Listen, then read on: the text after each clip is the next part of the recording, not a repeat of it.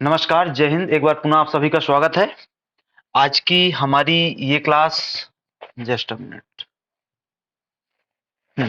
आज की हमारी ये क्लास आपको रिकॉर्डेड फॉर्म में प्राप्त हो रही है। रिकॉर्डेड फॉर्म में इसलिए प्राप्त हो रही है प्रीमायर के रूप में क्योंकि कुछ कारणवश मैं अभी संस्थान में उपलब्ध नहीं हूँ। तो आज की ये क्लास आपको प्रीमायर के रूप में मिल रही है। आप लोग इस क्लास को अटेंड कीजिए, अपने आंसर्स दीजिए और साथ ही साथ उसका जो डिस्कशन है उसको भी उसमें भी इन्वॉल्व होइए, उसको भी अटेंड कीजिए। चालू करते हैं आज की अपनी क्लास को। सबसे पहला प्रश्न, अगेन वही आपके लिए छोटी सी बात यहाँ पे लिखी हुई है, इस चीज को ध्यान रखिए। जैसे उदाहरण की बात कर लें कि आज मैं यहाँ पर क्लास में नहीं हूँ, आउट ऑफ सिटी हूँ, लेकिन उसके बाद भी आपकी क्लास की जा रही है। इसका मतलब कि कंसिस्टेंसी हमको क्या करनी है, मेंटेन करनी है। ठीक है, आंधी आए तूफान आए क्या फर्क पड़ता है, हमको क्लास करनी है तो करनी है। ठीक है, तो यही बात आपको अपने जीवन में भी ध्यान रखनी है कि यदि आप कंसिस्टेंसी मेंटेन करेंगे, यदि आप क्या करेंगे, निरंतरता बनाए रखेंगे, तो सफलता आपको मिलेगी ही। इस निरंतरता के दौरान दो चीजों की आवश्यकता होती है, एक होती है जिज्ञासा, एक क्या होती है, जिज्ञासा, और दूसरी होती है क्या चीज, आपकी धैर्य। ठीक है, दूसरी क्या चीज होती है, धैर्य। यदि ये दो चीजें आपके अंदर है, जिज्ञासा मतलब जानने की इच्छा, कुछ नया जानने की इच्छा, ये क्लास चलती है तो आपको कुछ नई बातें पता चलती होंगी। यदि आपके अंदर नया जानने की इच्छा नहीं है तो आप कभी भी नचिकेता नहीं बन सकते हैं। ठीक है, नया जानने की इच्छा होनी चाहिए, जिज्ञासा की इच्छा प्रवृत्ति होनी चाहिए आपके अंदर। दूसरा कि इस जिज्ञासा के साथ साथ आवश्यकता जो सबसे ज्यादा है एक छात्र के रूप में, वो है धैर्य की। यदि आपके अंदर धैर्य नहीं है तो भी क्या हो सकते हैं, आप समस्या में आ सकते हैं।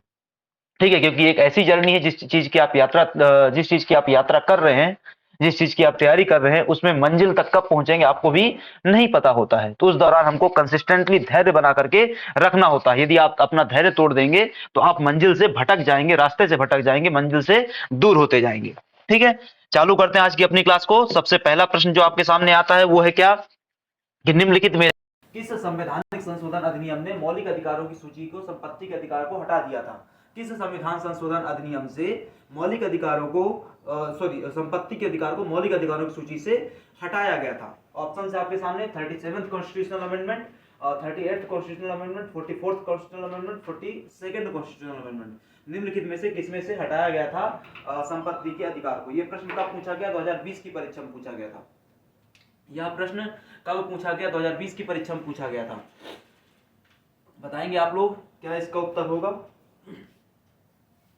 इस प्रश्न का क्या उत्तर होगा, बताइए आप लोग। ठीक है, ये प्रश्न रिपीटेशन में है।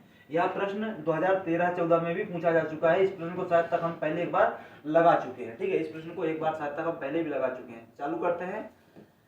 देखो, सबसे पहली बात तो कि संपत्ति का अधिकार संविधान में था कहां,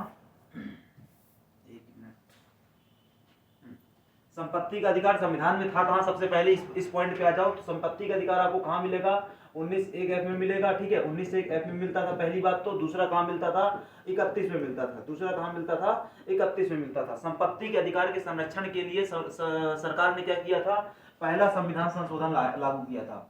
संपत्ति के अधिकार के संरक्षण के लिए पहला संविधान संशोधन अधिनियम लाया गया था। और उस पहले संविधान संशोधन अधिनियम के माध्यम से संविधान में 9th शेड्यूल को जोड़ा गया था, 9वीं अनुसूची को जोड़ा गया था। और उस 9वीं अनुसूची में किन कानूनों को रखा गया था, उस 9वीं अनुसूची में भू सुधार संबंधी कानूनों को रखा गया था। किसको रखा गया था, भू सुधार संबंधी कानूनों को। एक बात स्पष्ट हो गई कि भाई सरकार ने संपत्ति के अधिकार के संरक्षण के लिए क्या क्या काम किया। 19(1)(f) पे काम किया, 31 पे काम किया, संविधान संशोधन अधिनियम 1 के माध्यम से 9th शेड्यूल पे काम किया। लेकिन ये सब क्या बन रहा था, लगातार समस्या बन रहा था। तो सरकार ने सब समस्याओं को समाप्त भी किया। और कैसे समाप्त किया, तो मोरारजी देसाई गवर्नमेंट ने 44वें संविधान संशोधन के माध्यम से 1978 में, लिख लो कहीं पर, मोरारजी देसाई सरकार ने 44वें संविधान संशोधन अधिनियम के माध्यम से 1978 में 19(1)(f) और आर्टिकल 31 को स्ट्रक डाउन कर दिया, मतलब विधि शून्य घोषित कर दिया, खत्म कर दिया संशोधन के माध्यम से, 44वें संविधान संशोधन के माध्यम से। और 19(1)(f) में और 31 में जो भी बात लिखी हुई थी उन सब को कहां रख दिया, 300A में रख दिया। कहां रख दिया, 300A में रख दिया, 300A में रख दिया। मतलब ये क्या हुआ, इससे जो आपका संपत्ति का अधिकार मौलिक अधिकार था, लिख लो कहीं पर यहाँ पे, वह संपत्ति का अधिकार जिसकी प्रकृति क्या थी, मौलिक थी, जो क्या था मौलिक अधिकार था उसकी प्रवृत्ति क्या कर दी गई, कानूनी कर दी गई। मात्र उसको क्या बना दिया गया, अब एक कानूनी अधिकार बना दिया गया। मतलब आप अपने कानूनी अधिकार के उल्लंघन के लिए, कानूनी अधिकार के उल्लंघन के लिए सीधे सुप्रीम कोर्ट नहीं जा सकते हैं।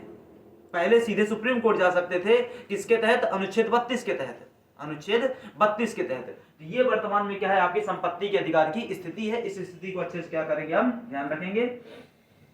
जो भी बातें मैं आपको समझा रहा था वही बातें यहाँ वापस से लिखी हुई हैं। एक दो एक्स्ट्रा है कि संपत्ति का अधिकार जब तक मौलिक अधिकार में था तब तक अधिकारों की श्रेणी में कितने अधिकार होते थे, 7 श्रेणियां होती थी। जब उसको हटा दिया गया तो श्रेणियां कितनी बची, 6 बची। ये 31 की बात की गई है, 301 की बात की गई है, और आपका यहीं पे कहीं पे 19 की बात होगी। ये कानूनी अधिकार है। यही सब बातें मैं आपसे अभी तक कर रहा था, ठीक है। ये लिखा हुआ है कि जो वहां पे 3 अन्य ऑप्शन थे आपके, 37वां, 38वां और 42वां। 42वां आपको बहुत अच्छे से पता है। जो लोग पहली बार आप लोग जुड़ रहे हैं, पीछे की क्लासेस PYQ की आप देखेंगे, 42वां संशोधन मैंने पूरा पढ़ाया हुआ है। यहाँ पे पूरा का मतलब होता है कि एक एक शब्द जहां जहां परिवर्तन किया गया है संविधान में 42वें के तहत, सब कुछ पढ़ाया हुआ है। बहुत महत्वपूर्ण है वो, मेंस के लिए भी और प्री के लिए भी, ठीक है। 42वें संविधान संशोधन से यहाँ पे क्या किया गया था, कुछ बातें लिखी हुई है। अगेन वही पूरा आपको पहले पढ़ाया जा चुका है। 76 में समाजवादी, धर्मनिरपेक्ष और अखंडता शब्दों को जोड़ा गया था। इस बात को ध्यान रखिए, कई लोग कंफ्यूज रहते हैं, एकता और अखंडता बोलते हैं। नहीं, सिर्फ और सिर्फ अखंडता शब्द को जोड़ा गया था, एकता शब्द को नहीं जोड़ा गया था। एकता तो क्या कर रही थी, टीवी सीरियल बना रही थी, ठीक है। तो अपन ने क्या कर लिया भाई, अखंडता शब्द को जोड़ लिया था। एकता क्या कर रही है, सिटकॉम बना रही है, सिटकॉम उसको बनाने दो, ठीक है, अल्ट वाला जी में।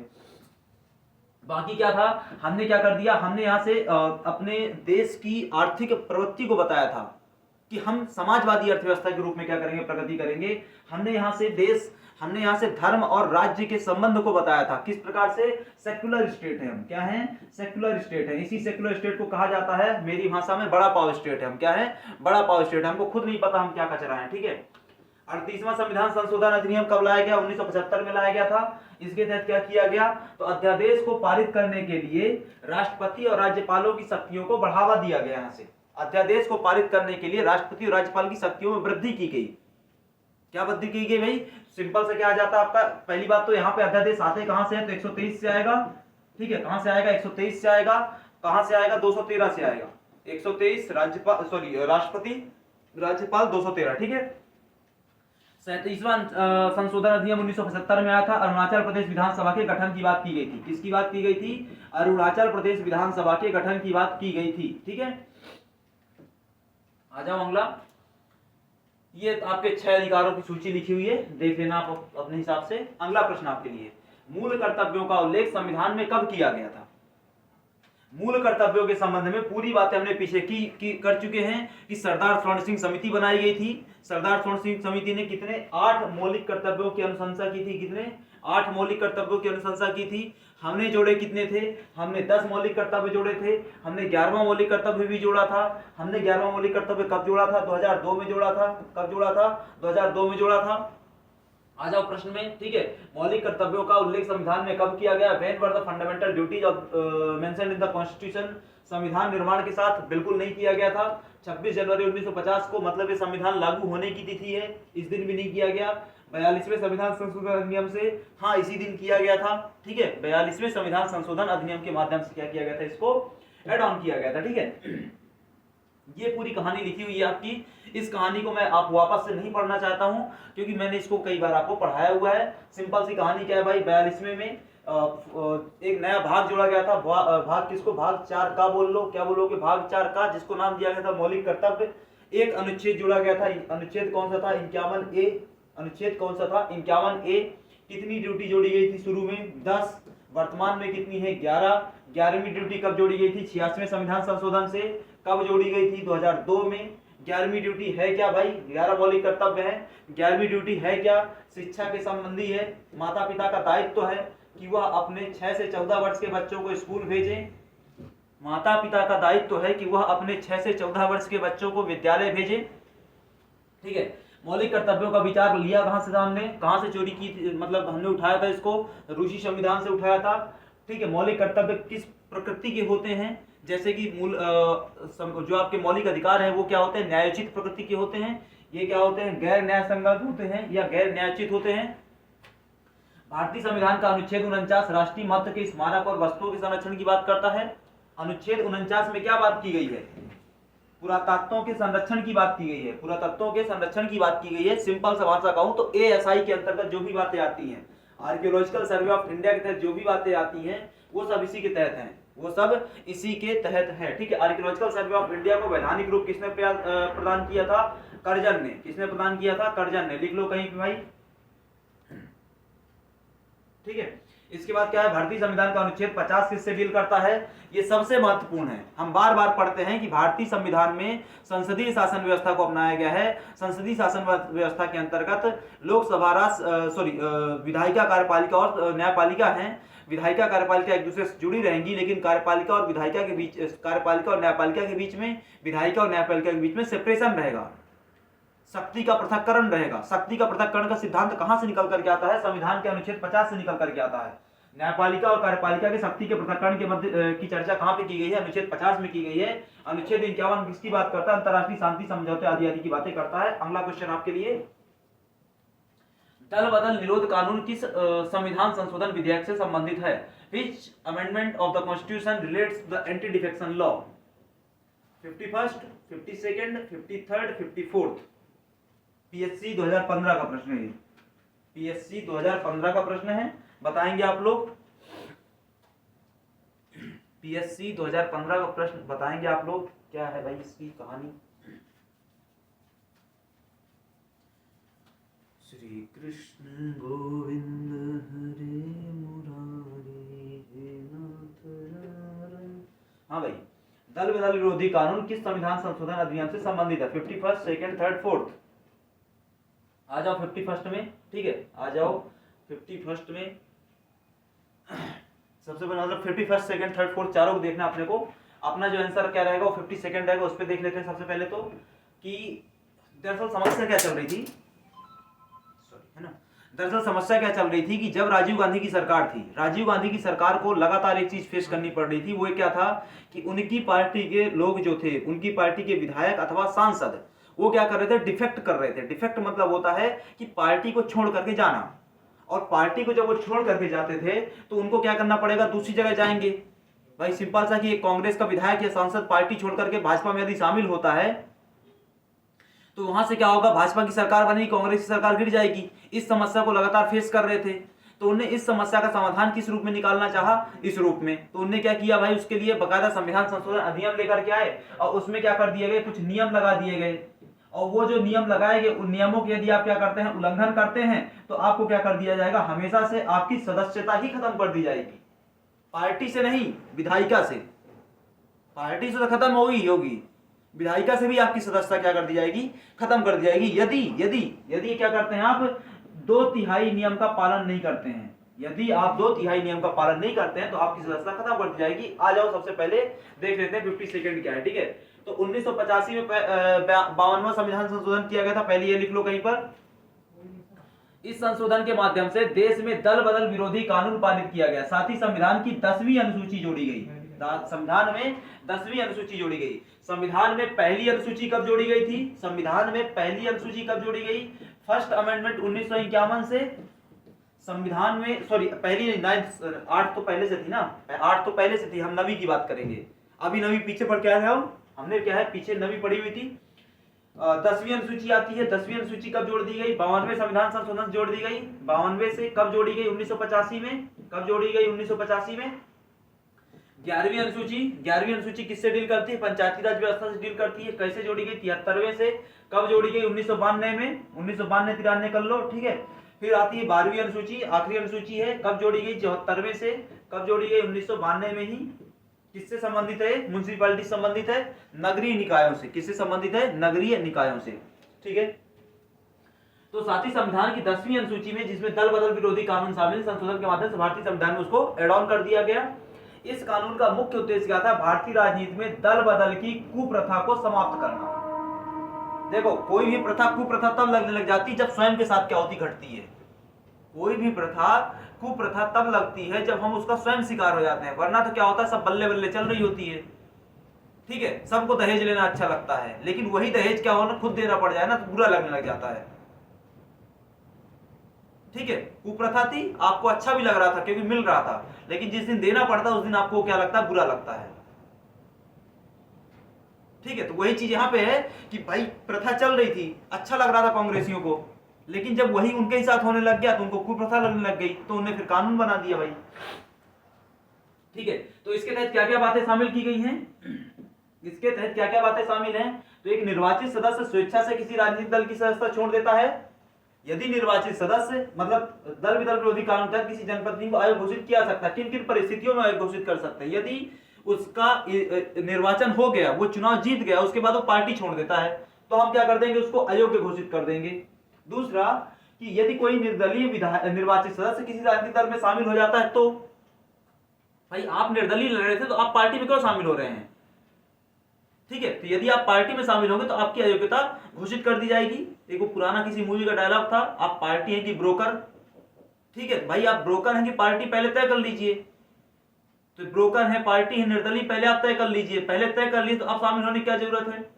ठीक है, देखो इसका मतलब ये नहीं कि निर्दलीय विधायक समर्थन नहीं दे सकता है, निर्दलीय विधायक जिस भी दल को चाहे उस दल को समर्थन दे सकता है, सत्ताधारी दल को भी समर्थन दे सकता है, लेकिन उसकी पार्टी में शामिल नहीं हो सकता। यदि पार्टी में शामिल हुआ तो उसको डिफेक्ट कर दिया जाएगा, अयोग्य घोषित कर दिया जाएगा। ठीक है, किसी सदस्य द्वारा सदन में पार्टी के पक्ष के विपरीत वोट किया जाता है, सिंपल सा क्या होता है, व्हिप जारी किया जाता है। व्हिप क्या होता है, व्हिप मतलब होता है कि पार्टी द्वारा एक आदेश जारी करना। इस पहली बात तो व्हिप का संविधान में क्या कहां मेंशन है, कहीं नहीं, किस कानून में मेंशन है, कहीं नहीं, किसी नियमावली में मेंशन है, कहीं नहीं, किसी रूल में मेंशन है, कहीं नहीं, ये सिर्फ और सिर्फ क्या है कि दिमाग की उपज है, संसदीय कार्यप्रणाली की उपज है, कहीं मेंशन नहीं है, पहली बात। दूसरी बात, होता क्या है व्हिप, तो जब भी क्या होता है, किसी पार्टी को अपने सभी विधायकों की उपस्थिति चाहिए होती है, तो वो क्या करते हैं, एक आदेश जारी करते हैं और उसके माध्यम से क्या किया जाता है, वहां पे उपस्थिति मेंटेन करवाई जाती है, डेकोरम मेंटेन करवाया जाता है और चीजों को मैनेज किया जाता है। किसी एक व्यक्ति को व्हिप बनाया जाता है, किसी एक व्यक्ति को व्हिप बनाया जाता है। ठीक है, वो क्या करता है, पार्टी गतिविधियों को सदन के अंदर नियंत्रित करता है, पार्टी की गतिविधियों को सदन के अंदर नियंत्रित करता है, मतलब उस पार्टी संबंधित सभी नेता जो विधायक होंगे या सांसद होंगे उनको नियंत्रित करता है वो। ठीक है, तो ये व्हिप हो गया। तो व्हिप के अगेंस्ट जाकर के वोट करते हैं आप, तो कोई सदस्य स्वयं को वोटिंग से अलग रखता है। वही चीज भाई, सीएए पे वोटिंग होनी थी, हिंदू राष्ट्र बनाने के लिए वोटिंग होनी थी, संविधान संशोधन अधिनियम लाया गया हिंदू राष्ट्र बनाने के लिए, आप उससे बाहर हो गए भाई। कैसे बाहर हो गए आप, नहीं हो सकते। ठीक है, 6 महीनों की समाप्ति के बाद कोई मनोनीत सदस्य किसी राजनीतिक दल में शामिल हो जाता है, तो 6 महीने की समाप्ति के पश्चात आप क्या हो रहे हैं, उसमें शामिल हो रहे हैं। कैसे शामिल हो रहे हैं भाई आप, ठीक है, इन सब परिस्थितियों में क्या कर सकते हैं हम, दल बदल कानून के तहत सामने वाले व्यक्ति को अयोग्य घोषित कर सकते हैं। इससे संबंधित सबसे महत्वपूर्ण केस, क्यों, क्योंकि जब ये संशोधन लाया गया तब यहां से एक समस्या खड़ी हो गई थी कि कौन निर्धारण करेगा कि किसने दल बदल कानून का उल्लंघन किया है। मतलब उदाहरण के लिए बात कर लें कि मेरे घर में रोजाना के कार्य जो हैं वो या फिर बड़े बड़े जो निर्णय हैं, मेरे घर के जो सभी बड़े निर्णय हो कौन लेगा, मम्मी लेंगी, और शाम को खाना क्या बनेगा, रात में खाना क्या बनेगा, दोपहर का खाना क्या बनेगा, इस प्रकार निर्णय कौन लेते हैं, पापा लेते हैं। तो अंतिम निर्णय किसका होगा, ठीक है, तो अंतिम निर्णय किसका होगा, इसको लेकर के क्या है कि हो तो होलोहन बनाम जाचिनु का केस है। इस केस के माध्यम से यह तय कर दिया गया था कि अंतिम निर्णय किसका होगा। इस केस के पहले तक, मतलब 93 के पहले तक अंतिम निर्णय किसका माना जाता था, 93 के पहले तक अंतिम निर्णय किसका माना जाता था, सदन के सभापति अथवा अध्यक्ष का। लेकिन 93 के इस केस के बाद की हो तो होलोहन केस के बाद क्या मान दिया गया कि अंतिम निर्णय किसका होगा, तो अंतिम निर्णय कोर्ट का होगा। क्यों, क्योंकि यहां पे क्या किया जा सकता है, विधानसभा अध्यक्ष के निर्णय का अथवा संसद के अध्यक्ष के निर्णय का पुनरावलोकन किया जा सकता है। कियोतो होलोहन बनाम जाचेलू बाद में उच्चतम न्यायालय ने, सुप्रीम कोर्ट ने फैसला देते हुए कहा कि विधानसभा अध्यक्ष का निर्णय अंतिम निर्णय नहीं होगा, हम उसके निर्णय का क्या कर सकते हैं, समीक्षा कर सकते हैं भाई, हम उसके निर्णय की समीक्षा कर सकते हैं। न्यायालय ने माना कि 10वीं अनुसूची के प्रावधान संसद और राज्य निर्वाचित विधानसभा निर्वाचित सदस्यों के लोकतांत्रिक अधिकारों का हनन नहीं करते। एक प्रश्न और उठता था एक प्रश्न यह भी उठता था कि यदि आप इस तरीके से दल बदल कानून ला करके सामने वाले नेताओं की स्वतंत्रता का हनन कर रहे हैं, मतलब उसकी जो इंडिविजुअलिटी थी, उसकी जो स्वतंत्र सोच थी, उसको आप रोक रहे हैं, तो इस पर सुप्रीम कोर्ट ने क्या बोला कि नहीं, हम ऐसा बिल्कुल नहीं कर रहे हैं, हम उस चीज का हनन नहीं कर रहे हैं। साथ ही उन्होंने कहा कि 105 और 194 के तहत किसी भी अभिव्यक्ति की स्वतंत्रता का उल्लंघन नहीं किया जा रहा है भाई। 105 सांसदों के लिए, 194 विधायकों के लिए, जो उनकी अपनी इंडिविजुअलिटी थी, स्वतंत्र सोच थी, उसका भी हनन नहीं हो रहा है कि वो तो हॉलन केस में ये बात कह दी गई। ठीक है, अच्छे से कर लो इसको। अगला प्रश्न आपके लिए, 73वें संविधान संशोधन का अभिपालन करने वाला पहला राज्य कौन सा है? स्टेट अभिपालन मतलब होता है लागू करना, अभिपालन मतलब क्या होता है? लागू करना। ठीक है, state which first implemented 73rd constitutional amendment, Madhya Pradesh, Punjab, Andhra Pradesh, Rajasthan. Madhya Pradesh, Andhra Pradesh, Rajasthan भी पहला है किसी मामले में, आंध्र प्रदेश दूसरा है किसी मामले में, मध्य प्रदेश पहला है किसी मामले में। लो जी, आंसर हो गए आपके। अब बताओ। वर्षों तक वन में घूम घूम बाधा बहनों को चूम चूम सह धूप घाम पानी पत्थर, पांडव आए कुछ और निखर। जी बताएं, 73वें संविधान संशोधन का अभिपालन करने वाला पहला राज्य कौन सा है? मध्य प्रदेश, पंजाब, आंध्र प्रदेश, राजस्थान। पहला राज्य कौन सा है? मध्य प्रदेश। पहला राज्य कौन सा है? मध्य प्रदेश। लेकिन 73वें संविधान संशोधन के पहले, मतलब 1992-93 के पहले भी देश में ग्राम पंचायती व्यवस्था थी, और 1992 के पहले देश में जो ग्राम पंचायती राज व्यवस्था चल रही थी, उसको इंप्लीमेंट करने वाला पहला राज्य कौन सा था? राजस्थान, नागौर जिला। राजस्थान, नागौर जिला, बलवंतराव मेहता समिति, पंडित नेहरू। भाई पिछली क्लास में तो पढ़ा था, सब भूल गए। ठीक है, फिर उसी के बाद क्या था आपका? दूसरा राज्य था, यहाँ पे इनने 2 अक्टूबर को लागू किया था। इनने कब लागू किया था? 11 अक्टूबर को लागू किया था। सब पिछली क्लास में पढ़ा था यार, भूल जाते हो। ठीक है, 2015 में प्रश्न पूछा गया था। कब पूछा गया था? 2015 में पूछा गया था। ठीक है, आ जाओ। मध्य प्रदेश 73वां संवैधानिक संशोधन 1992 को लागू करने वाला पहला राज्य था। जस्ट पीछे डिस्कस किया हमने। संविधान का 73वां संशोधन 1992 में संविधान के 16 अनुच्छेद और 11वीं अनुसूची के एक नए भाग 9 को आधार बनाया था। ठीक है, अनुच्छेद 16 के तहत, और यहां तक की बातें आ जाती हैं। 73वां संविधान राज्य विधानसभाओं द्वारा सौंपे गए कार्य और शक्तियों को क्या करता है? प्रदर्शित करने के लिए ग्राम सभा को पंचायत और पंचायती राज प्रणाली के ऋण रूप में क्या किया गया था? इसको यहां से काट लेना, ये गलत लिखा हुआ। ठीक है, 243 का के तहत क्या किया गया था? ग्राम सभा की व्यवस्था की गई थी। 243 का 243 ए के तहत क्या किया गया था? ग्राम सभा की व्यवस्था की गई थी। ग्राम सभा क्या होती है? तो गांव की निर्वाचक नामावली में, ग्राम पंचायत की निर्वाचक नामावली में जितने लोगों का नाम शामिल होता है, वो सभी क्या होते हैं? ग्राम सभा के सदस्य होते हैं। आपकी आयु 18 वर्ष से ऊपर है, इसका मतलब ये नहीं कि आप ग्राम सभा के सदस्य हो जाएंगे। उसके लिए आपको आपकी गांव की निर्वाचक नामावली में अपना नाम क्या करवाना पड़ेगा? एड ऑन करवाना पड़ेगा। ठीक है, ये क्या हो गया आपका? 73 की बातें हो गई। 73वें संविधान संशोधन को सर्वप्रथम लागू करने में मध्य प्रदेश आ जाता है आपका। ठीक है, 24 अप्रैल 1993 को लागू किया गया था। 24 अप्रैल 1993 को लागू किया गया था। 24 अप्रैल 1993।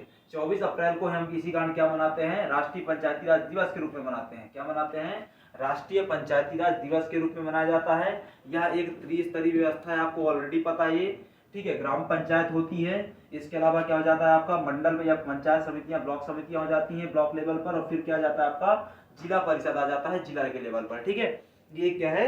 त्रिस्तरीय व्यवस्था बनी हुई है, ये आपको ऑलरेडी पता है। ये क्या है? आपको ऑलरेडी पता है। यहाँ पे हम पीछे बात कर रहे थे राजस्थान और आंध्र प्रदेश की, वही लिखा हुआ है कि राजस्थान और आंध्र प्रदेश में भी क्या किया गया था? पंचायती राज व्यवस्था लागू की गई थी। कब? 73वें संविधान संशोधन के पहले जो व्यवस्था लागू की गई थी, वह पहली बार कहाँ मिलती है आपको? राजस्थान में मिलती है। राजस्थान में यह व्यवस्था कब लागू की गई थी? तो राजस्थान में यह व्यवस्था 2 अक्टूबर, बापू के बर्थडे के दिन 1959 में नेहरू ने लागू की थी। कहाँ पर? राजस्थान के नागौर में। बाद में 2 अक्टूबर के बाद क्या आएगा आपका? 11 अक्टूबर। तो 11 अक्टूबर को यह व्यवस्था 1959 में कहाँ पे लागू की गई थी? आंध्र प्रदेश में लागू कर दी गई थी। ठीक है, कहाँ पे लागू की गई थी? आंध्र प्रदेश में लागू कर दी गई थी। ठीक है, बस इतनी सी बातें आपको ध्यान रखनी है। बलवंत राव मेहता समिति वगैरह जो भी है, इनके बारे में पहले पढ़ चुके हैं। ठीक है, किस संविधान संशोधन अधिनियम के माध्यम से के अंतर्गत मतदाताओं की उम्र 21 से बढ़ा करके 18 वर्ष की गई थी? 21 से बढ़ा करके 18 वर्ष कब की गई थी? 61, 62, 63, 64। 61, 62, 63, 64 अंग्रेजी। 2014 में प्रश्न पूछा गया था, age for voting was reduced from 21 years to 28 years by which constitutional amendment? Constitutional amendment, ठीक है, कॉन्स्टिट्यूशनल अमेंडमेंट। 61वां संविधान संशोधन किसके माध्यम से? 61वां संविधान संशोधन, आ जाओ देख लेते हैं इसको एक बार, ठीक है। क्या किया गया भाई? तो संविधान के 61वें संविधान संशोधन अधिनियम 1988 के माध्यम से संवैधानिक संशोधन अधिनियम के द्वारा 21 वर्ष से घटा करके 18 वर्ष कर दी गई। कब लाया गया? 1988 में लाया गया, लिख लो कहीं पर। यह कब लाया गया था? 1988 में लाया गया था। किसकी बात कर रहे हैं? 61 की बात कर रहे हैं। क्या किया गया था? 21 से घटा करके आयु क्या कर दी गई? वोटिंग एज 18 कर दी गई थी। वोटिंग एज कितनी कर दी गई थी? 18 कर दी गई थी, ठीक है। भारत के संविधान के 61वें संविधान संशोधन के माध्यम से यह सब किया गया था। यह संविधान के अनुच्छेद 326 में परिवर्तन किया। यह संविधान के अनुच्छेद कहाँ परिवर्तन किया? 326 में परिवर्तन किया था, क्योंकि 326 क्या बात करता है? 326 बात करता है यूनिवर्सल, 326 बात करता है यूनिवर्सल एडल्ट फ्रेंचाइज की बात करता है।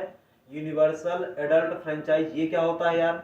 यूनिवर्सल एडल्ट फ्रेंचाइज मतलब क्या होता है? सार्वभौमिक, क्या है? वोट देने का जो अधिकार है आपका, सार्वभौमिक वयस्क मताधिकार बोलते हैं उसको, सार्वभौमिक वयस्क मताधिकार। और सार्वभौमिक वयस्क मताधिकार की आयु 21 से घटा करके 18 कर दी गई थी, ठीक है। साथ ही ये क्या बात करता है? साथ ही अनुच्छेद 326 क्या बात करता है कि किसी के भी साथ किसी भी आधार पर, आधार क्या हो सकते हैं? आधार हो सकते हैं आयु, नस्ल, धर्म, जाति, लिंग, साक्षरता आदि आदि आदि, ठीक है। आयु के आधार पर आप भेदभाव कर सकते हैं। आयु के आधार पर आप भेदभाव कर सकते हैं कि भाई 18 से कम हो तो तुमको वोट देने का अधिकार नहीं है, 18 से ज्यादा हो तो है, ठीक है। तो आयु के आधार पर भेदभाव हो सकता है, लेकिन जाति, धर्म, लिंग, साक्षरता आदि आदि आधारों पर किसी प्रकार का कोई भेदभाव नहीं किया जा सकता है। ये बात कहाँ लिखी है? 326 में लिखी हुई है, ठीक है।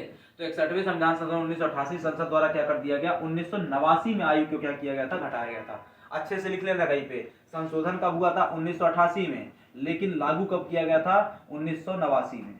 कब लागू किया गया था? 1989 में, ठीक है। अगला क्या बोलता है?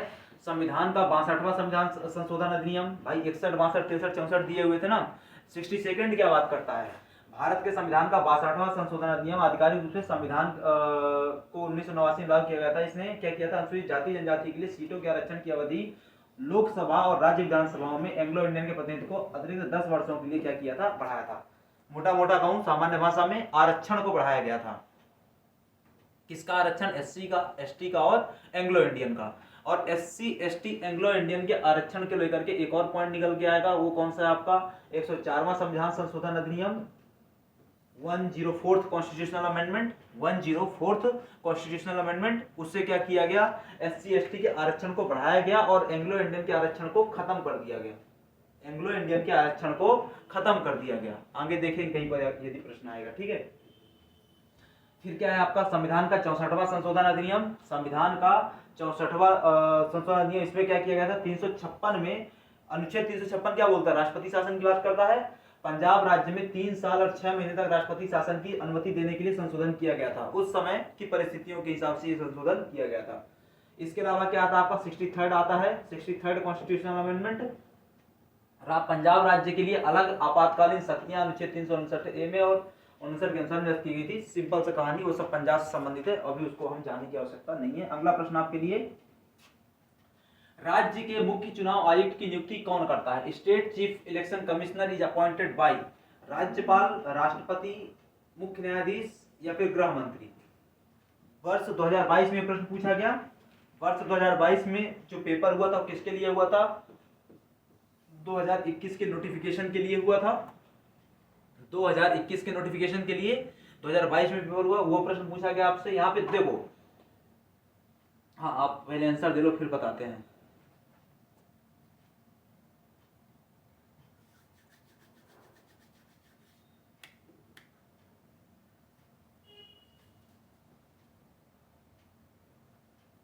हो गया, ठीक है, आ जाओ, है ना। तो देखो यहाँ पे 2 लोग ऐसे दिए हुए हैं जो आपके काम के हैं। एक राज्यपाल दिया हुआ है, एक क्या दिया हुआ है आपका? भारत का राष्ट्रपति दिया हुआ है, ठीक है। राज्यपाल किसकी नियुक्ति करता है? राज्य के मुख्य निर्वाचन आयुक्त की नियुक्ति करता है। राज्य के मुख्य निर्वाचन आयुक्त की नियुक्ति करता है। बिल्कुल सही है, तो आपका आंसर क्या है, राज्यपाल है। लेकिन किसी भी राज्य में चुनाव करवाने के लिए दो प्रकार के अधिकारी होते हैं। किसी भी राज्य में चुनाव करवाने के लिए दो प्रकार के अधिकारी होते हैं। लिख लो अब ये सब कहीं पर, ठीक है। एक अधिकारी क्या होता है, एक अधिकारी क्या कहलाता है, प्रादेशिक आयुक्त कहलाता है। क्या कहलाता है, प्रादेशिक आयुक्त। लिख लो इसको कहीं पर। ये कौन होता है, एजेंट होता है। ये एजेंट होता है, किसका एजेंट होता है ये एजेंट होता है राष्ट्रीय निर्वाचन आयोग का। भारत का जो निर्वाचन आयोग है उसका अध्यक्ष होता है, सॉरी उसका एजेंट होता है ये। भारत का जो निर्वाचन आयोग होता है, भारत के निर्वाचन आयोग का क्या है, ये एजेंट है। ये क्या है, भारत के निर्वाचन आयोग का एजेंट है। इसकी नियुक्ति कौन करता है, राष्ट्रपति करता है। इसकी नियुक्ति कौन करता है, राष्ट्रपति करता है। इसका काम क्या होता है, इसका काम ये होता है कि राज्यों में जो भी चुनाव होंगे, राज्यों में जो भी चुनाव, कौन से चुनाव, वो सभी चुनाव जो कौन कंडक्ट करवाएगा, भारत निर्वाचन आयोग करवाएगा, राष्ट्रीय निर्वाचन आयोग। तो राष्ट्रीय निर्वाचन आयोग द्वारा करवाए जाने वाले सभी निर्वाचनों को यहाँ पे क्या करेगा, वो सुपरवाइज करेगा, कंडक्ट करवाएगा। जो मतदाता सूची होती है उसका निर्माण करवाएगा, और जितने भी काम होते हैं चुनाव आयोग के, केंद्र वाले चुनाव आयोग के, उन सब कामों को यहाँ पे क्या करेगा, राज्य के लेवल पर संपादित करेगा, निष्पादित करेगा वो, ठीक है। ये काम होता है प्रादेशिक आयुक्त का। दूसरा व्यक्ति होता है कौन, आपका राज्य का मुख्य निर्वाचन आयुक्त। राज्य के मुख्य निर्वाचन आयुक्त के पास सिर्फ दो ही क्या है, चुनाव करवाने हैं। एक कौन सा, आपका पंचायतों का चुनाव, और दूसरा कौन सा, आपका नगरीय निकायों का चुनाव। किनका, नगरीय निकायों का चुनाव। यही इसके पास दो काम है। इसके लिए अनुच्छेद क्या है, काजा है, ठीक है। इसके लिए अनुच्छेद क्या है, काजा है। 243 के 243 जेड ए, 243 के 243 जेड ए। 243 के क्या बात करता है, पंचायती राज व्यवस्था में चुनाव करवाने के लिए राज्य निर्वाचन आयोग की बात करता है। जबकि 243 जेड ए किसकी बात करता है, नगरीय निकायों में चुनाव करवाने के लिए राज्य निर्वाचन आयोग की बात करता है, ठीक है। और यहाँ पे जो भी व्यक्ति आएगा, काजा का जो भी प्रमुख बनेगा, मतलब राज्य मुख्य निर्वाचन आयुक्त जो अधिकारी होगा, उसकी नियुक्ति कौन करेगा, राज्यपाल करेगा। बस इतनी सी बात थी। यही सब बातें यहाँ पे लिखी हुई है, देख लो। यही सब बातें यहाँ पे लिखी हुई जो मैंने पीछे अभी तक आपको बताई, ठीक है। संवैधानिक निकाय होता है जो राज्य निर्वाचन आयोग होता है। राज्य निर्वाचन आयोग संवैधानिक निकाय है, किसके तहत, 243 के 243 जेडे। मध्य प्रदेश राज्य निर्वाचन आयोग को गठन कब किया गया था, 1 फरवरी 1994 को। ऐसा करने वाला मध्य प्रदेश पहला राज्य था। ऐसा करने वाला मध्य प्रदेश पहला राज्य था। इसने 15 फरवरी 1994 को काम करना शुरू कर दिया था, ठीक है। एनबी लोहानी इसके क्या थे, पहले अध्यक्ष थे। एनबी लोहानी पहले अध्यक्ष थे। वर्तमान में अध्यक्ष कौन है मध्य प्रदेश वाले के, बसंत प्रताप सिंह, बीपी सिंह, बसंत प्रताप सिंह, बीपी सिंह, ठीक है। यहाँ पे कुछ बातें लिखी हुई हैं, यहाँ पर कुछ बातें लिखी हुई हैं जो मैंने आपको पीछे बता दी हैं। 243 के 243 जेड ए, ये सब बातें लिखी हुई हैं। जो राज्य का निर्वाचन आयुक्त होता है, चुनाव आयुक्त, वह किसी भी समय अपना इस्तीफा राज्यपाल को सौंप सकता है, या कार्यकाल समाप्त होने से पहले उसे हटाया जा सकता है। कौन हटाएगा, राज्यपाल हटाएगा। कौन हटाएगा, राज्यपाल हटाएगा, ठीक है। राज्य निर्वाचन आयोग की सेवा शर्तें और पदावधि कौन तय करेगा, राज्यपाल तय कर लेगा। नियुक्ति कौन करेगा, राज्यपाल कर लेगा, ठीक है। और उच्च न्यायालय के किसी न्यायाधीश को हटाने के लिए जो प्रक्रिया अपनाई जाती है, उसी प्रक्रिया से इसको हटा दिया जाएगा, ठीक है। निम्नलिखित के कथनों पर विचार कीजिए, consider the following statements. Bharat निर्वाचन आयोग के मुख्य निर्वाचन आयोग को उच्चतम न्यायालय के न्यायाधीश के वेतन के बराबर वेतन संदाय किया जाता है, संदाय मतलब प्रदान किया जाता है। भारत के मुख्य निर्वाचन आयुक्त का कार्यकाल पदभार ग्रहण करने की दिनांक से 6 वर्ष की अवधि या 65 वर्ष की आयु जो भी पहले तक होता है। कोई निर्वाचन आयुक्त किसी भी समय मुख्य निर्वाचन आयुक्त को संबोधित स्वहस्ताक्षरित लेख द्वारा अपना पद त्याग कर सकता है। ये क्या है, स्टेटमेंट्स हैं। अब इन स्टेटमेंट्स पे ये ऑप्शन है आपके, ये रहे ऑप्शंस, ठीक है।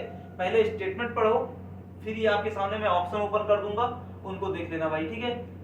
ये प्रश्न कब पूछा गया था, पहली बात तो यह प्रश्न 2022 में पूछा गया था। ये रहे आपके स्टेटमेंट, इनको पढ़ लो।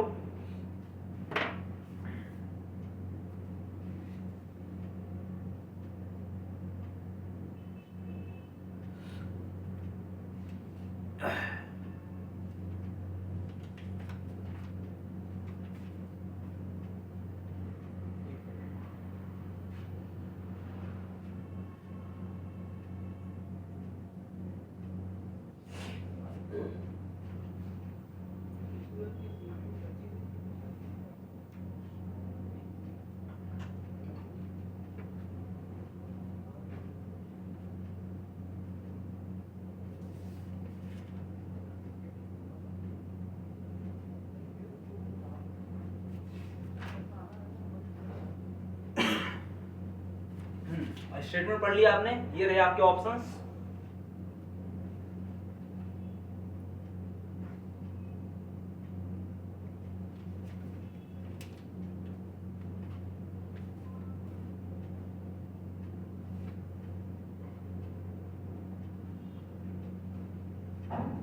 कौन सा कथन सत्य है, ठीक है, कौन सा कथन सत्य है। आज अब पहला स्टेटमेंट क्या बोलता है, भारत निर्वाचन आयोग के मुख्य निर्वाचन आयुक्त को उच्चतम न्यायालय के न्यायाधीश के वेतन के बराबर वेतन प्रदान किया जाता है। हाँ बिल्कुल सही है। उनका वेतनमान कैसा होगा, उनका वेतनमान एग्जैक्टली वैसा ही होगा जैसा वेतनमान किसका होता है, सुप्रीम कोर्ट के न्यायाधीश का होता है। और सुप्रीम कोर्ट के न्यायाधीश का मतलब यहाँ पे क्या है, सुप्रीम कोर्ट के न्यायाधीश का मतलब यहाँ पे हम किसको, चीफ जस्टिस को भी शामिल करेंगे और जस्टिस को भी शामिल करेंगे। क्यों, क्योंकि चीफ जस्टिस और जस्टिस दोनों का जो वेतनमान है वो क्या होता है, इक्वल होता है। दूसरा स्टेटमेंट क्या बोलता है, भारत के मुख्य निर्वाचन आयुक्त का कार्यकाल पदभार ग्रहण करने के दिनांक से 6 वर्ष या 65 वर्ष की अवधि तक होता है। 6 वर्ष या 65 वर्ष की अवधि तक होता है, ठीक है, जो भी पहले आता है तब तक होगा। तीसरा कि कोई निर्वाचन आयुक्त किसी भी समय मुख्य निर्वाचन आयुक्त को संबोधित हस्ताक्षरित लेख द्वारा अपना पद त्याग कर सकता है। अपना पद त्याग कैसे करेगा, तो इस प्रक्रिया के माध्यम से करेगा। तो यहाँ पे क्या है आपका स्टेटमेंट 1 और स्टेटमेंट 3 क्या है, बिल्कुल सही है। स्टेटमेंट 1 और स्टेटमेंट 3 बिल्कुल सही है, ठीक है। उसका यहाँ पे बातें कुछ लिखी हुई हैं, इन बातों को क्या करेंगे एक बार देख लेंगे, इन बातों को एक बार क्या करेंगे देख लेंगे। चुनाव आयोग क्या है, स्वायत्त संवैधानिक निकाय है। स्वायत्त संवैधानिक निकाय 25 जनवरी 1950 को स्थापित किया गया। 324, ठीक है, किसके तहत, 324 के तहत। ये क्या है, 1+2 की बॉडी है। 1+2 की बॉडी मतलब क्या होता है, एक मुख्य निर्वाचन आयुक्त, 2 अन्य निर्वाचन आयुक्त होंगे, ठीक है, जिनका कार्यकाल 6 वर्ष या 65 वर्ष का रहेगा। जिनका कार्यकाल 6 वर्ष या 65 वर्ष का रहेगा। जो भी पहले हो उनका कार्यकाल 6 वर्ष का या 65 वर्ष का रहेगा। जो भी पहले हो, जो भी क्या हो आपका पहले हो वहां पर, ठीक है। ये फिर वहां की बातें आपकी यहाँ पे लिखी हुई देख लीजिएगा। हटाने की प्रक्रिया यहाँ पे लिखी हुई है, कैसे हटाएंगे, तो वो या तो क्या कर ले, त्याग पत्र दे ले, या फिर क्या कर ले, कार्यकाल समाप्ति के पहले हटा दिया जाएगा। कैसे हटाया जाएगा, तो मुख्य निर्वाचन आयुक्त को संसद द्वारा सर्वोच्च न्यायालय के न्यायाधीश को हटाने की प्रक्रिया की तरह क्या किया जाएगा, हटाया जाएगा। और सर्वोच्च न्यायालय के न्यायाधीश को कैसे हटाते हैं, तो सर्वोच्च न्यायालय के न्यायाधीश को हटाने के लिए न्यायाधीश जांच अधिनियम के तहत क्या किया गया है, प्रक्रिया बनाई गई है 1968 के अधिनियम के तहत। अगला प्रश्न आपके लिए कि भारतीय संविधान के अंतर्गत प्रथम चुनाव कब हुए थे। भारतीय संविधान के अंतर्गत प्रथम चुनाव कब हुए थे। When was the first general election held under the Indian Constitution? 1949, 52, 50, 53। 1949, 52, 50 या फिर 53।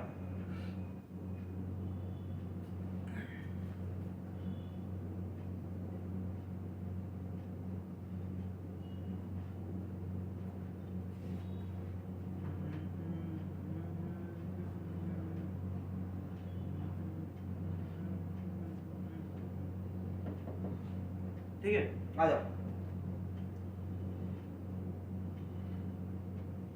इनको ऊपर नीचे कर लेना, यहाँ पी इधर आएगा और सी नीचे आ जाएगा, ठीक है। ये प्रश्न 2015 में पूछा गया था, 2015 में, ठीक है। भारत के पहले आम चुनाव कब आए थे, उनका परिणाम कब जारी किया गया था, 10 फरवरी 1952 को उनका चुनाव परिणाम जारी किया गया था, ठीक है। इस दिन को भारत की पहली लोकतांत्रिक छलांग के रूप में भी माना जाता है। भारतीय राष्ट्रीय कांग्रेस ने क्या किया था, भारतीय राष्ट्रीय कांग्रेस ने 489 में से 364 सीटें, कितनी, आउट ऑफ 489, 364 सीट्स के साथ चुनाव जीता था। सीपीआई वह पार्टी है जो 16 सीटों के साथ दूसरे स्थान पर रही थी।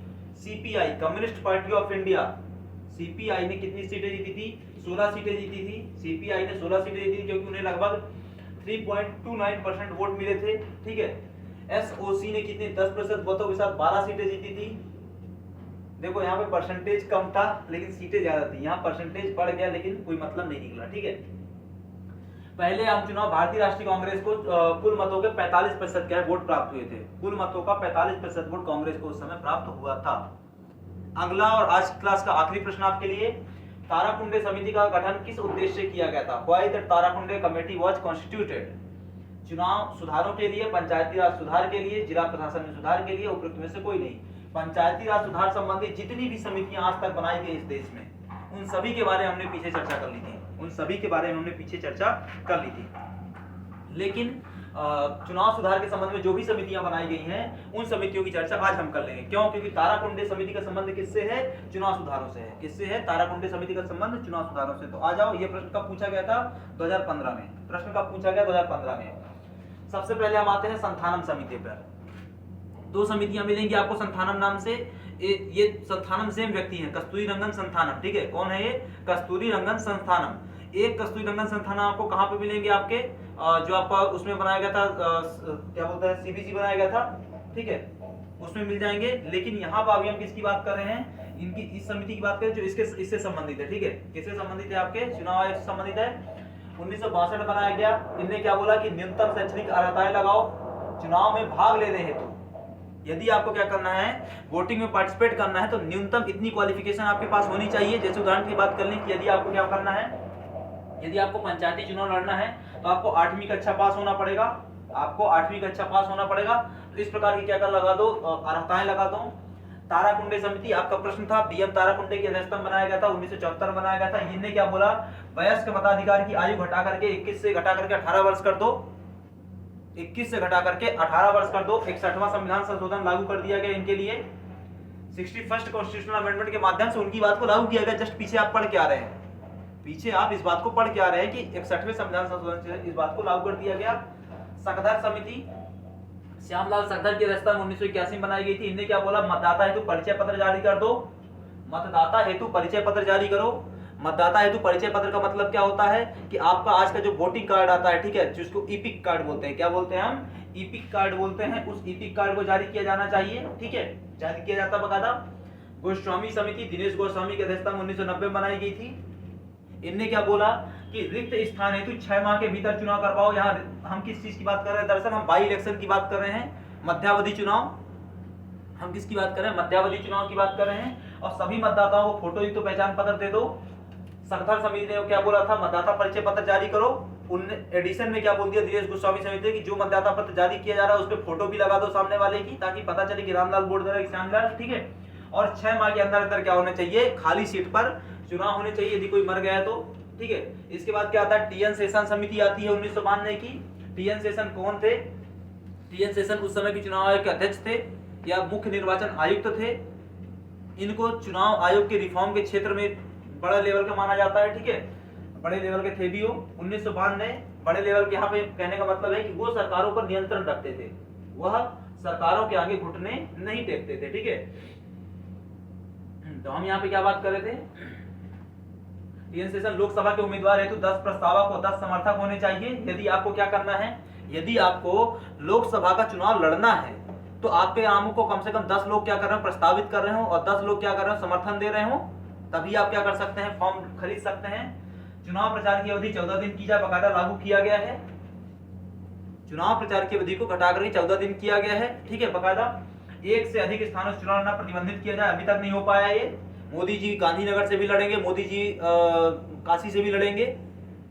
ठीक है, मुलायम सिंह जी कहां से लड़ेंगे भाई? तो मुलायम सिंह जी जहां से मर्जी आती 4-5 जगह से लड़ लेते हैं। लालू यादव पटना से भी लड़ लेगा, सिंगापुर से भी लड़ लेगा। ठीक है, आचार संहिता का पालन न करने वाले प्रत्याशी को 5 वर्ष के लिए आयु घोषित किया जाए।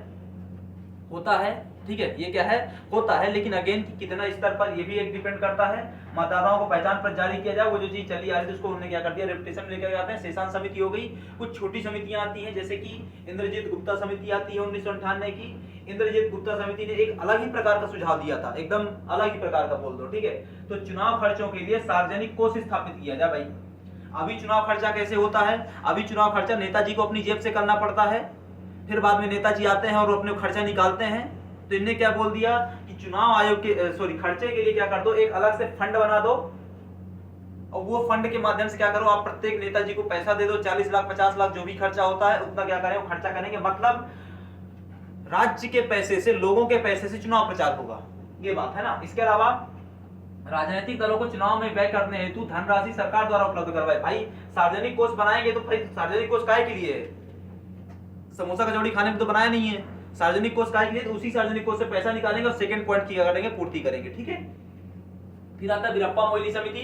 वीरप्पा मोइली समिति, वीरप्पा मोइली कौन है? कांग्रेस के नेता थे और किसी जमाने में देश के रक्षा मंत्री हुआ करते थे। खुद की रक्षा नहीं हो पाती थी। 2007 में इनने क्या दिया था? सुझाव दिया था कि शासन में नैतिकता है तो द्वितीय प्रशासनिक सुधार आयोग की रिपोर्ट लागू की जाए। भाई द्वितीय प्रशासनिक सुधार आयोग की रिपोर्ट लागू की जाए ये सुझाव दे रहे हैं। दरअसल द्वितीय प्रशासनिक सुधार आयोग की अध्यक्षता किसने की थी? वीरप्पा मोइली ने की थी। Second administrative reform commission, second ARC का अध्यक्ष कौन था? सेकंड एआरसी का अध्यक्ष कौन था? वीरप्पा मोइली। रेड्डी समिति, जीवन रेड्डी, जीवन रेड्डी आंध्र प्रदेश के नेता। 2011 में समिति बनाई गई थी, राजनीतिक दलों को चुनाव के समय क्या करना? विलय पर प्रतिबंध लगा दिया जाए। भाई विलय कब होगा? चुनाव के पहले। जैसे कि उदाहरण की बात करें कि शिवसेना और भाजपा का विलय हुआ, मर्जर जिसको बोलते हैं, ठीक है, आपस में वो आगे मिलकर चुनाव लड़ेंगे। लेकिन यदि इनने इंडिपेंडेंटली चुनाव लड़ा है, यदि इनने स्वतंत्र रूप से चुनाव लड़ा, शिवसेना ने अलग चुनाव लड़ा, भाजपा ने अलग चुनाव लड़ा, तो यह चुनाव के पश्चात आपस में नहीं मिल सकते हैं।